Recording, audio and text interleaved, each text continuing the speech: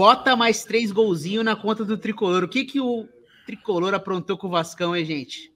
Não, desnecessária essa sua abertura do vídeo, né? Tantas maneiras. Refazer? E eu não tenho nenhum interesse nesse resultado. O vídeo é Copa do Brasil. Eu era Vasco de Brasileirão. Pois é. É, exatamente, porque esse Copa do Brasil soma 3 pontinhos, por acaso? Para início de conversa. Na preparação para o confronto contra o Galo no final de semana, o Vasco tomou uma traulitada no meio de semana, 3-0 para o São Paulo. Jogo amistoso. E aí, Tatá? Como que o Vasco chega para enfrentar o Galo depois disso aí? Assim, primeiro que a gente tá falando de um jogo amistoso, né? Um jogo festivo, né? E assim, o Vasco, muito cortês que deixou o São Paulo devolver a margem do que o Vasco fez lá no primeiro turno, né? No primeiro turno, o Vasco meteu 4-1 no São Paulo. Agora o Vasco, com toda a sua fidalguia, vem até São Paulo, até Campinas. Questão de honestidade. E deixa o São Paulo meter 3 no Vasco, né? Isso é para poucos clubes, tá? Pois é. A gente tá falando do clube que tem a história mais bonita e honrosa do Brasil, né? É o Vasco da Gama. Mas, assim, tentando trazer um pouco de seriedade, deu pra gente perceber com poucos minutos de jogo que a cabeça dos caras do Vasco não estavam naquele jogo, que a preparação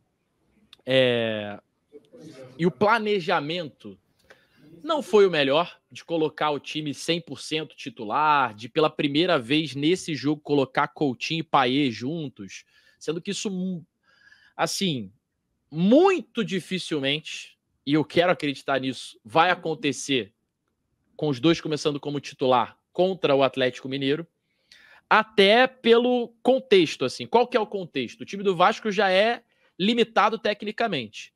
O time do Vasco perdeu 2 atacantes, 2 pontas titulares por lesão. E eram os caras que poderiam recompor, né? Correr pelo Payet e pelo Coutinho, que é o caso do David e do Adson. Soma-se a isso a péssima janela de meio de ano que o Vasco fez. O Vasco trouxe 4 jogadores que podem fazer essa função de ponta, jogadores de extremos ofensivos, né? Que são eles: o repatriado Alex Teixeira, o suíço Maxime Domingues, o carinhosamente apelidado de Bagrito pelo meu filho, que é quem mais tem minutos, o Emerson Rodrigues, o Emerson Rival, e o outro é o Jean Davi. Se juntar os 4, não dá um confiável. Não dá para confiar em nenhum deles pro time titular. Cara, você imaginar, Coutinho, entendeu? E você então, quer falar em maldade do Piero, né? Falando tudo sobre isso. Não, então, eu fui perguntado aqui para analisar, como que o Vasco chega para o jogo de sábado. O Vasco chega para o jogo de sábado pessimista, com um resultado que foi vergonhoso, mais do que resultado, né? A atuação vergonhosa contra o São Paulo, e o Vasco que sistematicamente entrega muitos gols todo jogo, né? E não vai poder fazer isso sábado. Aí eu queria entrar, Otávio, nesse ponto, cara. O Vasco, ele já não tem um time, brilhante tecnicamente. E aí, de repente, não tão de repente assim, né? Porque já são 7 jogos sem ganhar e vários jogos sem jogar bem. Mas eram 4 jogos sem perder também. Depende do seu ponto de vista. Mas o grande ponto aí positivo que teve em algum momento do trabalho do Paiva foi o quê? O Vasco se tornar um time competitivo. O Vasco jogava contra qualquer um. Aí tinha um lado bom e ruim, né? Podia ser contra um time mais fraco, um time mais forte. O Vasco competia. Brigava, lutava, não tinha bola fácil para o adversário. Era aquele time chato de jogar contra. Ninguém queria enfrentar o Vasco. Vendia caro, né? Mesmo que perdesse, vendia caro. Ninguém queria enfrentar o Vasco naquele momento. Em algum momento se perdeu. Talvez na tentativa de tornar o time mais propositivo, de tentar dar um passo adiante no trabalho, perdeu o que era o ponto forte do time. Uhum. Só que, desde aquela época, e isso permanece, o que acontece? O Vasco não tem, como eu falei, o melhor dos times. Tem muitos jogadores que, tecnicamente, estão abaixo ali do que deveriam estar pensando nesse nível de competitividade. O que isso resulta? Muitos erros individuais, cara. E uma hora a conta bate. Uma hora você erra e o adversário perde o gol. Toca errado, chuta pra fora. Mas uma hora a bola entra, meu. Uma hora a bola entra. O nível da linha defensiva do Vasco é uma coisa terrível. A quantidade de erros são absurdos, cara. Aí o Léo Jardim falha. O João Vitor falha. O Maicon falha mais de uma vez. Praticamente falha nos 3 gols, se você quiser analisar dessa maneira, porque eu vejo assim. E aí você No jogo de ida contra o Galo foi o Léo Pelé que falhou, entendeu? E aí tu fica, caraca, o melhor zagueiro ali pra jogar ao lado do João Vitor é sempre o que tá fora. Porque quem tá em campo vai falhar e você vai falar, puta que pariu. Entendeu? Aí o melhor é sempre quem tá fora. É isso que me preocupa, cara. As falhas individuais. Porque o time não tá jogando bem? Não tá jogando bem. Isso mas não é de agora, né? Se você voltar para as últimas vitórias do Vasco, as viradas contra o Atlético Paranaense foi a mesma coisa. O time sai atrás por falhas individuais ou falhas defensivas no geral. E aí o que já é difícil, que é um time limitado, conseguir transformar em pontos ou vitórias ou classificações, se torna ainda mais difícil. Porque tu já não sai no empate, tu sai na derrota já. Um gol esse time vai entregar. Gol vai tomar. Caso, não precisa entregar o gol, porque já estamos atrás. O Vasco já está atrás. Já teve o jogo de ida e o Atlético ganhou. E o Atlético vem como? Poupado, com Hulk, com Paulinho, com Scarpa, com todo mundo que voltou de seleção descansado e focando nesse jogo, né? O resumo aqui, Pedro, para você poder falar, uma análise mais isenta, é a seguinte: o Vasco está num momento muito ruim, pior momento do Vasco com o Paiva, e o Galo vem numa crescente, bem nas Copas, voltou a jogar melhor, né? Porque teve um momento ali da temporada que o Galo estava esquisito. E, como o Otávio falou, o Galo vem descansado. Eu quero saber como é que uma pessoa que está sem o coração na análise... Porque, beleza, a gente tenta que... Mas a gente fica um pouquinho contaminado às vezes, né? Ainda mais que a gente consola. Eu quero saber como você enxerga, porque a gente está pessimista. É claro que eu vou acreditar, mas pessimista não estou. Só mais um ingrediente para o Piero, tá? Vai lá. O Vasco teve 11 dias para treinar. 11 dias. Não parece, né? Duvido. E o Paiva pensou, posso botar o Coutinho e o Payet juntos. Quando a gente viu a escalação, a gente falou, ele armou o time para os dois jogarem juntos, que era algo que todo mundo queria ver, não só o torcedor do Vasco, mas quem gosta de futebol, são dois caras extra classe, tecnicamente e tal. E o Vasco voltou pior, só tem uma jogada, é cruzar a bola pro Verratti, e não é nem bola boa, hein? É tijolo na área pro Verratti, porque sabe que ele se vira, né? É brincadeira.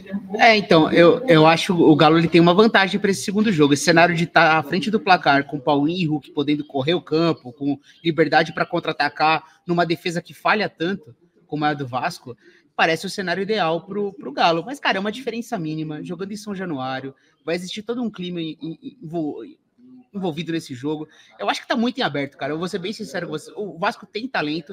Eu acho que tem um ponto da escalação, sim, pro final de semana, que a gente tem que conversar. A gente falou muito de placa sobre isso. E eu acho que vai além do... Payet e Coutinho podem jogar juntos, cara. Eu acho que isso... Cara, eles podem jogar. Você trabalha isso e eles podem jogar juntos. E o Vasco não vinha vencendo e não estava jogando com os dois juntos. Então, acho que o ponto não é esse. Para mim, o ponto da discussão é o nível do Payet hoje. Eu acho que o Payet hoje é um jogador que ele não consegue mais fazer a diferença ou não está jogando para fazer a diferença. Ele precisa ser um cara mais agressivo, buscar mais o gol. Ele é quase um jogador que não faz nada em campo. Ele não faz nada. Ele fica em campo, ele corre muito pouco, não participa nada. É refém das bolas paradas, né? Porque isso ele ainda faz bem, mas concordo com você plenamente, cara. Esse ano, parada, de uma maneira geral, ano passado ele ainda foi bem útil. O Carioca ele começa ok nos jogos contra os menores, mas jogos contra os menores. Nos grandes jogos, o Payet é quase um a menos pro Vasco. Quase um a menos. Concordo. E não é só sem a bola. Com a bola, o Payet também é um a menos, porque ele pega a bola, toda a jogada atrasa. Então ele é um fantasma do jogador que a gente conhecia. Aí você fica refém dele tirar uma bola ali que pode virar uma assistência. Ele é o maior assistente do Vasco no ano e tal. Ele tem bons números, mas em nível de atuação, sobretudo do que você espera de um cara como o Payet, e pelo valor que ele custa também, né? Eu concordo plenamente, cara. Eu prefiro um cara que se doe mais dentro de campo, que não seja talvez um primor técnico tão grande, mas que nesse momento eu não enxergo o Payet como titular também, não. É porque pensando num time, aquilo que eu falei, né? Que o Vasco precisa competir. Você não pode abrir mão de um cara que não te entrega isso se ele não tem a certeza de que ele vai te entregar tecnicamente, e é o que tá acontecendo, né? Aí você abre mão de ter um cara que corre, que briga, para ter um cara que talvez vai te entregar um lampejo ou outro na partida. Talvez, tá? Mas sabe qual é o problema, Túlio? Também não tem muito para onde correr. Aí eu volto naquilo que eu tava falando da janela, que foi péssima. A janela do meio do ano passado foi excelente, né? O Vasco trouxe ali os caras que agregaram, chegaram, foram titulares, salvaram o time e até hoje são talvez os melhores do elenco. Mas, Otávio, Agora você olha para o banco, no jogo contra o São Paulo, tem uma substituição ali que é negócio de maluco, né? Entra Jean, Davi e Galdames. Mas aí foi quando... isso aí foi só pra dar descanso pra quem tava em campo. Eu sei, verdade é essa. Mas é o que eu tô falando. Olha quem entra. Vai sair o Payet. Se o Payet sair, quem que vai entrar? Ou é o Jean Davi, eu colocaria... ou é o Maxime, o Ryan, ou é o Ryan. Eu colocaria o Ryan aberto na direita, o Coutinho por dentro, e aí na esquerda... talvez, sem brincadeira, tá? Eu começaria com o Leandrinho na ponta. Sem sacanagem. Tá? Deveria ser. Eu acho que eu começaria assim. Cara, mas o Jean Menezes, que agora é Jean Davi, né? Ele é um jogador ok, cara. Uma contratação. O Vasco poderia insistir um pouquinho mais. Ele irrita um pouco, né? Ele não chegou bem, né?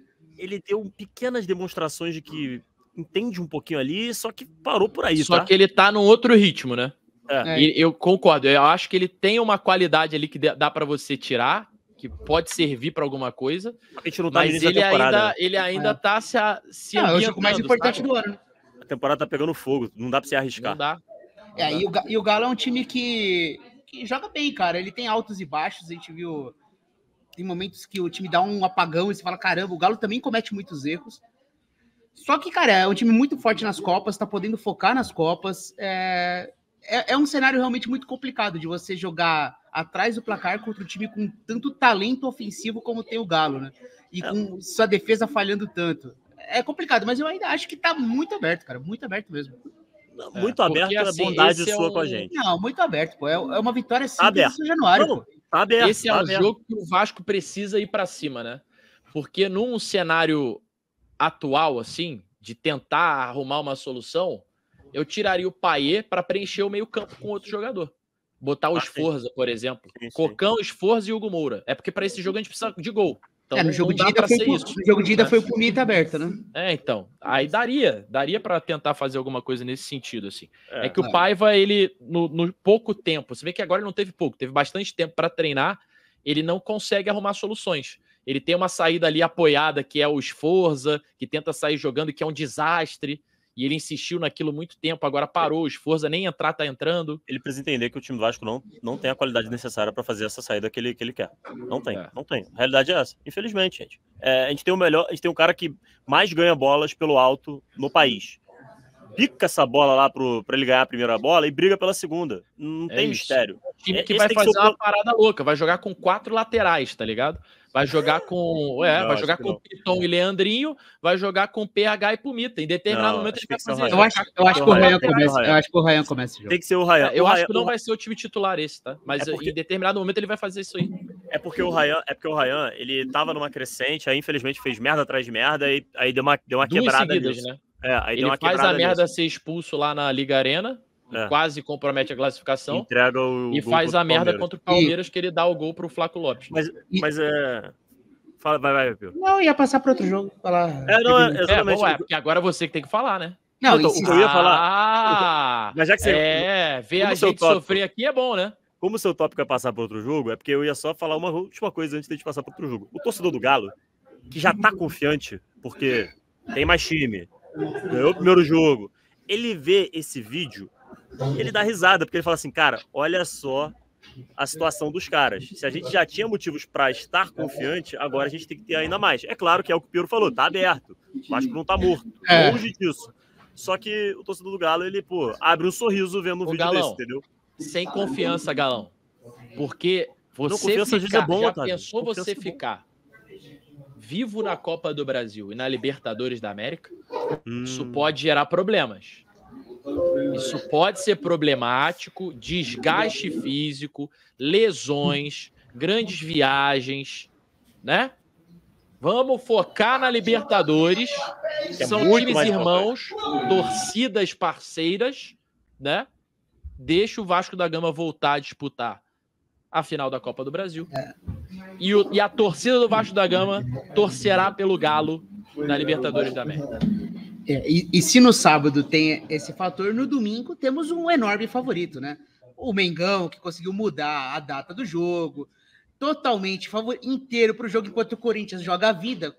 Nesta quinta-feira, a gente está entrando no ar aqui. Curioso, você falou que tá tudo aberto em São Januário. Tudo e aberto agora em São tem Januário. Um franco favorito. Não, em domingo tem um franco favorito. pro Flamengo. O cenário é perfeito pro Flamengo. Um Corinthians desesperado, totalmente desesperado. Não sei se eu vou sobreviver a hoje à noite. Quando o vídeo entrar ao ar, já terá acontecido o Corinthians e Atlético Paranaense. Fala. Quando o vídeo for ao ar, o Corinthians estará embalado com a vitória contra o Atlético Paranaense. Eu espero que isso aconteça. Pense bem no seu discurso. Eu espero que isso realmente aconteça, mas o Corinthians vencendo ou não vencendo o final de semana é o cenário ideal para o Flamengo. Conseguiu mudar a data, todos os jogadores descansados, o trabalho do Felipe Luiz embalado, quem segura o Flamengo, enquanto o Corinthians vai estar quarta-feira tendo que jogar Sul-Americana também, no meio do Flamengo do pode turbilhão. estar vindo de vitória num clássico também. Isso aí. Então o Mengão, ele chega muito favorito para o final de semana, essa é a minha visão. Não, eu concordo que o jogo do sábado, ele tá um pouquinho mais aberto, mas o seu discurso é um discursinho de canalha, Não, mas calhorda, eu diria. Ele agora, é mais que canalha, ele é um calhorda. Agora, tirando a sacanagem e a brincadeira, eu acho que é um jogo também muito aberto, cara. Muito aberto. O Corinthians e Itaquera é muito forte. O Corinthians e Itaquera é muito forte. O jogo, realmente, eu brinco desse jogo de quinta-feira, porque eu acho que o que acontece em Corinthians e Atlético Paranaense tem efeito prático no jogo contra o Flamengo. Se o Corinthians perde contra o Atlético Paranaense ou não vence, é aquele clima horrível, velório. De merda, assim, de merda, é um velório, é aquela sensação de puta, a gente vai cair. O jogo contra o Atlético Paranaense é o jogo mais importante da semana, tanto que foi por isso que o Corinthians tanto lutou para não inverter as datas. Mas, no fim, aconteceu que o Romero ficou no banco no Paraguai, então pode ser que ele seja disponível para o jogo de hoje, e o José Martínez, que é titular absoluto, tomou o terceiro cartão amarelo e chegou mais cedo também, então o Corinthians não terá desfalques para o jogo contra o Atlético Paranaense. O Romero deve ficar no banco. Então, na prática, a mudança de datas ela não interferiu para o Corinthians entrar desfalcado contra o Atlético Paranaense, mas o jogo mais importante é o do Atlético. E aí tem efeito direto para o jogo do final de semana. Enquanto o Flamengo, pode acontecer o que acontecer contra o Fluminense. Ganhar, perder, empatar. O jogo mais importante da semana é o jogo da Copa do Brasil. E o Flamengo, ele coloca o peso nisso, ele brigou na CBF por isso e deixou claro, o jogo que importa é contra o Corinthians. Tem toda a briga de bastidores envolvendo o Hugo Souza. Então, existe um clima muito quente entre os dois times e um Flamengo, cara, jogando a vida nesse final de semana. Por isso que eu acho que existe sim um favoritismo para o Flamengo. Mas é totalmente aberto. Mas, por outro lado, isso aí que todo esse cenário aí que você descreveu coloca meio que uma obrigação, uma pressão muito maior no lado do Flamengo. Tipo assim, pode ser que o Corinthians entre confiante, porque a gente tá gravando antes da vitória, mas tipo empurrado assim, pela Fiel. Isso é importante falar. A gente tá gravando antes da vitória. Olha a minha confiança aí na... Tomara. Mas aí, tipo assim, a gente pode ter um Corinthians embalado, confiante, mas ao mesmo tempo livre de pressão, livre de obrigação. Isso às vezes gera um resultado muito positivo. Com certeza. Porque as coisas saem mais naturalmente, sem fazer tanta força, às vezes as coisas fluem melhor.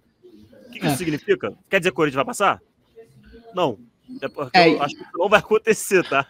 Eu acho que o Flamengo vai avançar. Mas são bons indícios se você quiser pensar positivamente. Vai lá, Tata. Não, eu quero só que vocês gravem o que eu vou dizer aqui. Estão gravando? Gravaram? Estão cortando? Beleza. O negócio é o seguinte. Se a justiça do STJD não fez justiça, os deuses do futebol farão essa justiça, ô Piero Fiorelli. Corinthians e Vasco, afinal? 2 gols de Romero. 2 gols de Romero. E o Corinthians é finalista da Copa do Brasil. Cara, em São Januário eu já não posso dizer a mesma coisa porque a justiça do Vasco tá um pouquinho mais complicada. Porém, não faz isso. Porém, eu me apego a isso, aos deuses, a fé. No vídeo pós primeiro jogo, eu palpitei Corinthians e Vasco. Você gasta fé com a gente, Otávio. Não, a fé tá do meu lado. A fé tá no Vasco. A justiça está no Corinthians. Com isso, fé mais justiça, temos a final da Copa do Brasil, senhores. Infelizmente, Otávio, eu acho que vai ser tipo o jogo do Cruzeiro, o Ju Café foi embora. Eu acho que vai ser nessa pegada aí, entendeu? Infelizmente. Mas vamos ver. A galera gravou e esse vídeo, esse corte, ele vai reverberar nas redes sociais assim que tivermos definidas na segunda-feira ou no domingo à noite.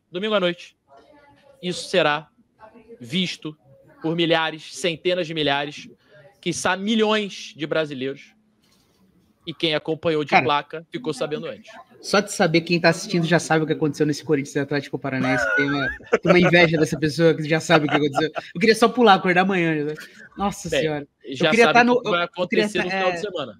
Nossa. Que eu já dei aqui o spoiler. O Otávio agora foi meio Sormani, né? Naquela previsão lá do Filipão. Ponto. Palmeiras vai ganhar o Brasileiro. Eu só espero não errar, né? A Libertadores e o Mundial. Ponto. Eu só espero pegar um caminho diferente dessa minha visão aqui, ó. Eu sou o Walter Mercado. Ligue já. Aliás, além de ligue já, tu pode deixar também, ó, o like já.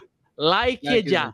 Deixe seu like aí no vídeo, se inscreva no canal, compartilha com a galera, assista todos os vídeos aí do De Sola, maratone se você é um doentaço mental.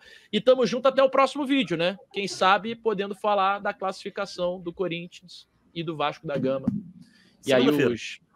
E aí os flamenguistas que também participam desse programa, vamos ver se eles vão aparecer por aqui. Quero ver se eles vão ter culhão de aparecer aqui nesse De Sola, viu? Vai dar, Mengão. Beijo nas crianças, tia benção. E eu fui!